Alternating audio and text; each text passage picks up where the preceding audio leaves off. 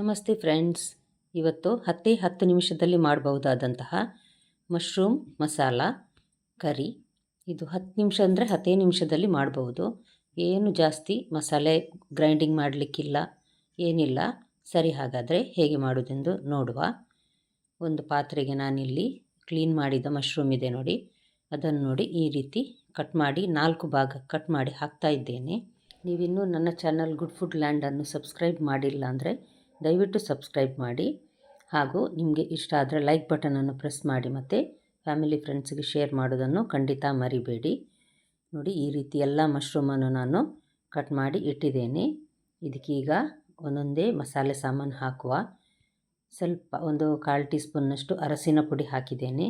ಒಂದು ಸಣ್ಣ tea spoon ಧನಿಯಾ ಪುಡಿ ಅಂದರೆ ಕೊತ್ತಂಬರಿ ಪುಡಿ ಹಾಕಿದ್ದೇನೆ. ಅದೇ ರೀತಿ ಸ್ವಲ್ಪ 1/4 ಟೀ ಸ್ಪೂನ್ನಷ್ಟು ಜೀರಿಗೆ ಪುಡಿ, ರುಚಿಗೆ ತಕ್ಕಷ್ಟು ಉಪ್ಪು ಮತ್ತು 1 ಟೀ ಸ್ಪೂನ್ ಮನೆಯಲ್ಲೇ ರೆಡಿ ಮಾಡಿದ ಜಿಂಜರ್ ಗಾರ್ಲಿಕ್ ಪೇಸ್ಟ್. ಇದು 2 ಟೇಬಲ್ ಸ್ಪೂನ್ ಮೊಸರು, ಫ್ರೆಶ್ ಮೊಸರು. ಈ ರೀತಿ ಸ್ವಲ್ಪ ಅದನ್ನು ಬೀಟ್ ಮಾಡಿ ನಂತರ ಹಾಕುವ. ಎಲ್ಲ ಹಾಕಿ ಆಯಿತು. ಈಗ ಚೆನ್ನಾಗಿ ಒಂದು ಸಲ ಮಿಕ್ಸ್ ಮಾಡಬೇಕು. ರುಚಿಗೆ ತಕ್ಕಷ್ಟು ಉಪ್ಪು ಹಾಕಬೇಕು. ನೋಡಿ, ಈ ರೀತಿ ಹಾಕಿ ಎಲ್ಲವನ್ನು ಒಂದು ಸಲ ಚೆನ್ನಾಗಿ ಮಿಕ್ಸ್ ಮಾಡಿ ಇಡುವ. ಇದೇ ರೀತಿ ಸರಿಯಾಗಿ ಒಂದು ಸಲ ಎಲ್ಲ ಮಿಕ್ಸ್ ಆಗಲಿ. ನೋಡಿ, ಎಲ್ಲ ಮಿಕ್ಸ್ ಆಗಿ ರೆಡಿ ಆಯಿತು.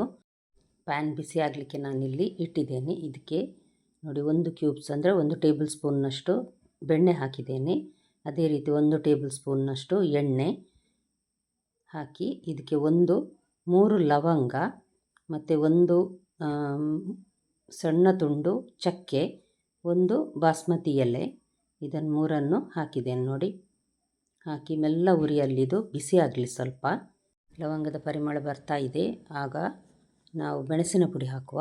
ನಾನಿಲ್ಲಿ ಇದು ಕಾಶ್ಮೀರಿ ರೆಡ್ ಚಿಲ್ಲಿ ಪೌಡರ್ ತೆಗೆದುಕೊಂಡಿದ್ದೇನೆ. 1 ಟೀ ಸ್ಪೂನು, 1 ಟೇಬಲ್ ಸ್ಪೂನ್ ಮತ್ತು ಒಂದು ಅರ್ಧ ಚಮಚ ಗರಂ ಮಸಾಲೆ ಪುಡಿ, ಸ್ವಲ್ಪ ಕೆಂಪು ಮೆಣಸಿನ ಪುಡಿಯನ್ನು ಹಾಕಿ ನೋಡಿ ಈ ರೀತಿ 1-2 ಸೆಕೆಂಡ್ ಹುರಿದ್ರೆ ಸಾಕು ಮೆಲ್ಲ ಉರಿಯಲ್ಲಿ, ಇಲ್ಲಾಂದರೆ ಮೆಣಸು ಮತ್ತೆ ಸುಟ್ಟು ಹೋಗ್ತದೆ. ಅದಕ್ಕೋಸ್ಕರ ಈಗ ಒಂದು ಅರ್ಧ ಚಮಚದಷ್ಟು ಜೀರಿಗೆ ಹಾಕಿದ್ದೇನೆ.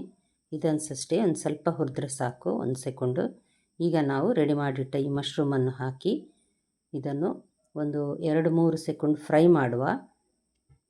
ಸ್ವಲ್ಪ ಮಧ್ಯಮ ಉರಿಯಲ್ಲಿ. ಮಶ್ರೂಮ್ ಈಗ ನೀರು ಬಿಡಲಿಕ್ಕೆ ಸ್ಟಾರ್ಟ್ ಆಗ್ತದೆ ಮೆಲ್ಲ ಉರಿಯಲ್ಲಿ ಫ್ರೈ ಮಾಡಿದರೆ. ಹಾಗಾಗಿ ಸ್ವಲ್ಪ ಹೈ ಫ್ಲೇಮಲ್ಲಿ ಇದನ್ನು 1-2 ಸೆಕೆಂಡು ಫ್ರೈ ಮಾಡಿದರೆ ಸಾಕು.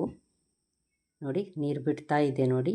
ಈಗ ಇದಕ್ಕೆ ಸ್ವಲ್ಪ ಕೊತ್ತಂಬರಿ ಸೊಪ್ಪಿನ ದಂಟು ಇದೆ, ಅದನ್ನು ನಾನಿಲ್ಲಿ ಹಾಕ್ತಾ ಇದ್ದೇನೆ. ನೋಡಿ, ಇದು ಕೊತ್ತಂಬರಿ ಸೊಪ್ಪಿನ ದಂಟು. ಇದರ ಸೊಪ್ಪನ್ನು ಕೊನೆಗೆ ಹಾಕಲಿಕ್ಕಂತ ತೆಗೆದಿಟ್ಟಿದ್ದೇನೆ. ಮಶ್ರೂಮ್ ಚೆನ್ನಾಗಿ ನೀರು ಬಿಟ್ಟಿದೆ. ಈಗ ಮುಚ್ಚಳ ಮುಚ್ಚಿ ಇದನ್ನೊಂದು ಸಲ 1-2 ನಿಮಿಷ ಬೇಯಲಿಕ್ಕಿಡುವ ಅಷ್ಟೇ. ಮಶ್ರೂಮ್ ಬೇಗ ಬೇಯ್ತದೆ. ಈಗ ಸ್ವಲ್ಪ ಹೈ ಫ್ಲೇಮಲ್ಲಿಟ್ಟು ನೀರು ಆರಲಿಕ್ಕೆ ಬಿಡುವ. ಇದು ನಾವು ಯಾವುದೇ ನೀರು ಹಾಕಲಿಲ್ಲ, ಆದರೂ ಮಶ್ರೂಮಿನ ನೀರು ನೋಡಿ. ಈಗ ನೋಡಿ, ಚೆನ್ನಾಗಿ ನೀರು ಆರಿ ಡ್ರೈ ಆಗಿದೆ. ಚಪಾತಿ, ಅನ್ನಕ್ಕೆ ಎಲ್ಲ ಹೇಳಿ ಮಾಡಿಸಿದಂಥ ಕರಿ. ಖಂಡಿತ ಒಮ್ಮೆ ಟ್ರೈ ಮಾಡಿ ನೋಡಿ. ನಾಳೆ ಇನ್ನೊಂದು ರೆಸಿಪಿಯೊಂದಿಗೆ ಮತ್ತೆ ಭೇಟಿ ಆಗ್ತೇನೆ.